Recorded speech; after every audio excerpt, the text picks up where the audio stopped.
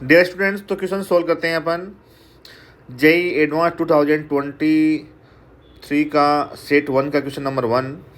और question given है कि a slide with friction a curve surface which becomes horizontal at its lower end is fixed on the trace of the building of height 3h from the ground as on the figure. A spherical ball of the mass m released on the slide from the race at a height h from the top of the trace.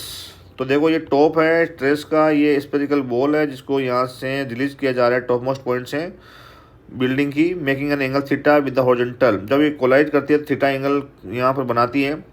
It bounce off with velocity v and reaches maximum height h1।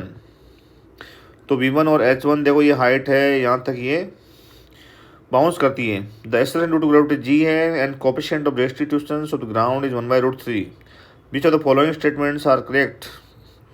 तो यहाँ is और are दिया है तो multiple option हो सकता है ये। तो देखो एडवांस का क्वेश्चन है तो हम इसमें छोटी छोटी बातें हम नहीं लिखेंगे, डायरेक्टली मैं बता देता हूँ आपको कि जो सबसे पहले जब एच हाइट से बिलो आएगी बॉल, जो ऊपर से नीचे आएगी बॉल, जब यहाँ आ जाएगी नीचे, देखो मैं है जो मार्कर है यहाँ पर, तब इसकी वेलोसिटी बनेगी ये, तब इसकी जो वेलोसिटी है वो बेटा ये बन जाएगी तुम्हारे √2gh, √2gh बन जाएगी ये वाली वेलोसिटी। ठीक है। उसके बाद के अंदर जैसे ग्राउंड पर स्ट्राइक किया तो velocity in the y direction क्या बन जाएगी, तो velocity in the y direction ये हो जाएगी, क्योंकि 2gh और h की वैल्यू तो यहाँ पर 3 टाइम्स h है तो √6gh हो जाएगा। तो वेलोसिटी आफ्टर कोलिजन कितनी होगी, क्योंकि कोएफिशिएंट ऑफ रेस्टिट्यूशन गिवन है तो वो ओनली वर्टिकल वेलोसिटी पर ही लगता है, जो वेलोसिटी परपेंडिकुलर सरफेस की होती है। तो v dash equal to e y बन जाएगा। तो 1/√3 √2gh, तो 2gh आ गई, यानी x में वेलोसिटी √2gh थी और y में वेलोसिटी आफ्टर तो √2gh।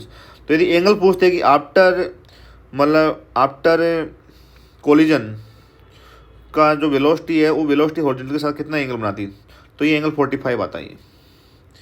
ये एंगल 45 आता है, लेकिन पूछा नहीं है, कोई दिक्कत नहीं। नेक्स्ट जो पूछा है तो वेलोसिटी निकाल लिया y में, अब नेट वेलोसिटी होती है x में और y में दोनों को कराया तो √2gh, ये अपने लगा दिया नेट वेलोसिटी कितनी हुई है। तो देखो नेट वेलोसिटी आ गई अपने पास के अंदर √2gh x k plus Z के, क्योंकि वर्टिकल डायरेक्शन में वेलोसिटी है ना, देखो यहाँ पर जेड दिया हुआ है, जेड और ये एक्स है। तो ये हो गया तुम्हारे पास में √2gh x k plus Z के, जो कि ऑप्शन बी में माइनस का दिया है जबकि प्लस का है, तो इसलिए नहीं हो पाएगा। फिर बात करते हैं थीटा कितना है। तो थीटा के लिए अपने ट्राइंगल बनाया। देखो ये वेलोसिटी तुम्हारी एक्स के अंदर ऑलरेडी है पहले से ही, जो यू नोट के बराबर है, और ये वाई में वेलोसिटी निकाला, तो यहाँ से ट्राइंगल बन गया ये वाला ट्राइंगल। तो टेन थीटा क्या होता है, velocity in the y upon velocity in the x. तो इस प्रकार से √3 आ गया, और रूट या आते ही थीटा की वैल्यू 60 डिग्री हो गई। अब डी निकालना है डिस्प्लेसमेंट। तो डी की वैल्यू होती है यू नोट टी, क्योंकि यहाँ पर वेलोसिटी ऊपर यू नोट है और ये प्रोजेक्शन फ्रॉम दी हाइट है, तो ये यू नोट टी हो गया।